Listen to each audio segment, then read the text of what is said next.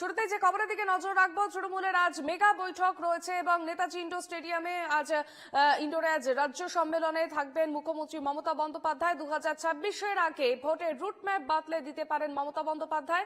তৃণমূলে আসতে পারে বড়সড় রদবদল। বিস্তারিত জানাবে টেলিফোন লাইনে রয়েছেন আমাদের প্রতিনিধি রণজয় মুখার্জি। রণজয়, দেখো, আজকে 2026-এর নির্বাচনের জন্য দলের লাইন অফ অ্যাকশন তৈরি করে দেবেন মুখ্যমন্ত্রী মমতা বন্দ্যোপাধ্যায়।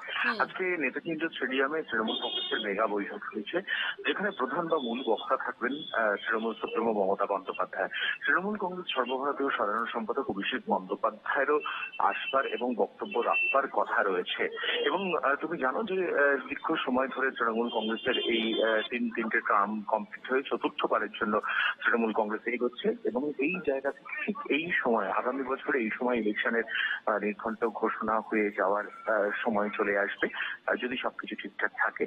তো সেই জায়গা থেকে বছরখানেক আগেই তৃণমূল কংগ্রেস কিন্তু সর্বতোভাবে কোমর বেঁধে লড়াইয়ের জন্য প্রস্তুতি নিচ্ছে এবং সেই জায়গা থেকে আজকের মেগা বৈঠক এবং 2026 নির্বাচনের দিকে তাকিয়ে আজকেই এই প্রথম বড় ধরনের মেগা বৈঠক হতে চলেছে তৃণমূল কংগ্রেস। এবং এখান থেকে মমতা বন্দ্যোপাধ্যায় যেরকম একদিকে সুশাসনের বার্তা দেবেন, রাজ্যের যে ডেভেলপমেন্ট গুলো হয়েছে সেই ডেভেলপমেন্ট গুলো যাতে একদম গ্রাম থেকে শুরু করে গ্রামাঞ্চল প্রত্যেকটা ব্লকে ব্লকে মানুষের কাছে পৌঁছে যায় এবং কিভাবে সরকার তার বন্দোবস্ত করেছে এই তিনটে কারণে সেই বার্তা যেরকম কর্মী সমর্থকদের দেওয়া হবে সাধারণ মানুষের কাছে পৌঁছে দেওয়ার জন্য, সেরকম আরেকটা বিষয় ভীষণভাবে গুরুত্বপূর্ণ। তুমি জানো যে এজেন্সির তৎপরতা কিন্তু কমিয়েছে সম্পূর্ণভাবে শাসক দল তৃণমূল কংগ্রেসের। আগে আমরা যে বিষয়গুলো দেখেছি পঞ্চায়েত থেকে শুরু করে বিধানসভা বা লোকসভা নির্বাচনের ক্ষেত্রেও আইপ্যাকের একটা গুরুত্বপূর্ণ রোল ছিল, কিন্তু এবারে আর সেটা থাকছে না এবং সেই বার্তা ইতিমধ্যে কিন্তু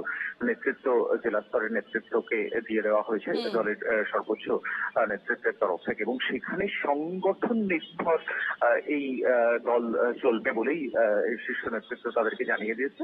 এবং সেই জায়গায় সংগঠনকে আরো চাঙ্গা করা এবং সেখানে গোষ্ঠীদ্বন্দ্ব কোন রকম ভাবে বরদাস্ত নয়, সবাই মিলে কোমর বেঁধে লড়াই করা এবং যেখানে যেখানে যেখানে যাদেরকে দায়িত্ব দেওয়া হবে, যারা কনস্টিটিউয়েন্সির দায়িত্ব পাবেন, প্রার্থী হিসেবে দায়িত্ব পাবেন, তাদের ওই কোমর বেঁধে ঝাঁপিয়ে পড়বার নির্দেশ কিন্তু দলের তরফ থেকে দেওয়া হবে। এবং আরো একটি যে বিষয়, যে কুৎসা এবং অপপ্রচার বিরোধী রাজনৈতিক দলগুলো বিজেপি সিপিএম যেভাবে তৃণমূল কংগ্রেসের বিরুদ্ধে করে আসছে বলে তৃণমূল নেতৃত্ব মনে করছে, সেই বিষয়েও কিন্তু আলোকপাত করতে পারেন মমতা বন্দ্যোপাধ্যায়।